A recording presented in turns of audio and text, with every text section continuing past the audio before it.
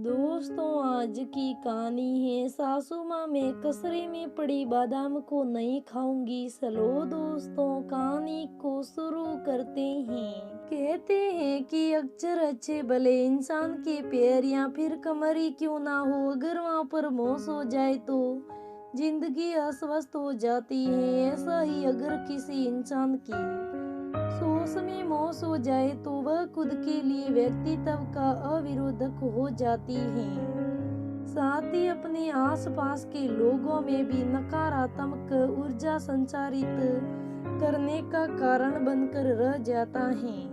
यह कहानी कमला की सास की, जिनकी सोच अपनी बहू कमला के प्रति कभी भी सकारात्मकता नहीं थी, जिस कारण कमला ने ससुराल में अपनी सास की सोच को खुद के लिए कभी भी सामान्य महसूस नहीं किया था। कमला पूरा घर अकेले ही संभालती थी। ये और बात थी कि कमला के पति की कमाई उसकी सास ही रखती थी, तो घर का राशन का जिम्मा उसकी सास पर ही रहता था। लेकिन हमेशा ही कमला की सास ने उसके पति की कमाई से लाए राशन को खुद की कमाई की खिलाई कर कमला को ताने देते रहने का रोग पाला हुआ था। सच सुनना तो कमला की सास को बिल्कुल भी गवारा ना था। कहने को तो कमला अकेली बहू थी, लोगों की नजरों में उसका अकेली बहू होना मतलब ठाट में रहने वाली बहू जैसा था, मगर ठाट पर वोट लगाने के लिए कमला की सास अकेली ही 100 के बराबर थी। कमला पर हमेशा तेरा मेरा करने का आरोप लगाने वाली सास अक्सर कमला से नजरें बसाकर ड्राई फ्रूट भी खाया करती थी। ड्राई फ्रूट्स अक्सर स्टोर रूम, कभी सास के बिस्तर, कभी रसोई घर में फर्श पर पड़ा, जैसे खुद ही अपनी दास्तां बयां करता रहता कमला से कि देखो तुम जाती हो तो मुझे खाया जाता है। मगर कमला को तो अपनी सास की ऐसी असख्त चालाकियों का पहले से ही खबर रहती थी, क्योंकि जब उसकी सास मुखिया होने के नाते सबको खुद ही खाना लगाती, तो कमला का खाना परोसते हुए वह उसकी प्लेट से कभी सब्जी तो कभी आसार कम करके अपनी प्लेट में बढ़ा देती।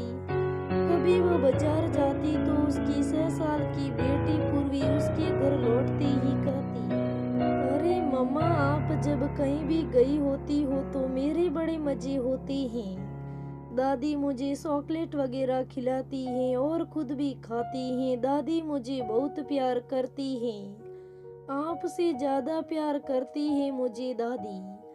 कमला सोचती, दादी प्यार करे ना करे, मगर बेटा तुझे तेरी माँ के खिलाफ करने के लिए तेरी सोच को भी अपनी तरह असामान्य बना देगी, क्योंकि इन्हीं ही दादी की वजह से ही तेरे पापा मुझ पर तभी भी हाथ उठाते थे जब तू मेरे पेट में थी, मगर तेरी दादी ने तब कभी भी ना मेरी परवाह की थी और न ही मेरे पेट में पल रही तुझ जैसी नन्ही अजनबी कली की।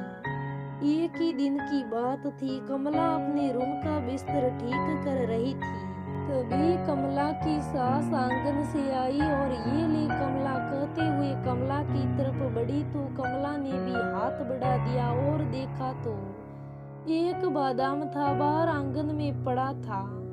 2 दिया ही खा ले, अक्ल की कमी है तुझ में क्या पता, अक्ल आ जाए बादाम खाकर तुझे, ये कहते हुए कमला की सास वॉशरूम में चली गई। कमला के मन में सास की ये हरकत देख उनके लिए वही ख्याल आया कि कब आखिर सास की सोच की गणित मानसिकता रूपी मोश ठीक हो पाएगी। और फिर कमला बाहर गई और फेंक आई उस बादाम को, जिस पर न जाने कितने पैर कितनी गंदगी आंगन में पड़ी होगी। लेकिन कमला ने इस हरकत का मुंह तोड़ जवाब देने के लिए मन पक्का कर लिया था। एक दिन उसने फर्श पर किशमिश पड़ा हुआ तो अगली बार बादाम जो सास द्वारा कमला से नजरें बसा कर गई चोरी योजना के समय गिरा था, वह लेकर अपनी सास के पास गई और उनके हाथ में थमाती हुई बोली, ये लीजिए माँ जी, बादाम खाने से अक्ल और किशमिश खाने से हाजमा दुरुस्त रहता है। वह परस्पर पड़े थे, सोचा आपके लिए फायदेमंद रहेंगे। कमला की सास वह बादाम और किशमिश देख कर सब पका गई। फट से बिना देर किए उनको गटक गई। उनका ये अंदाज शोरों की दाढ़ी में तिनका सा प्रतीत हो रहा था।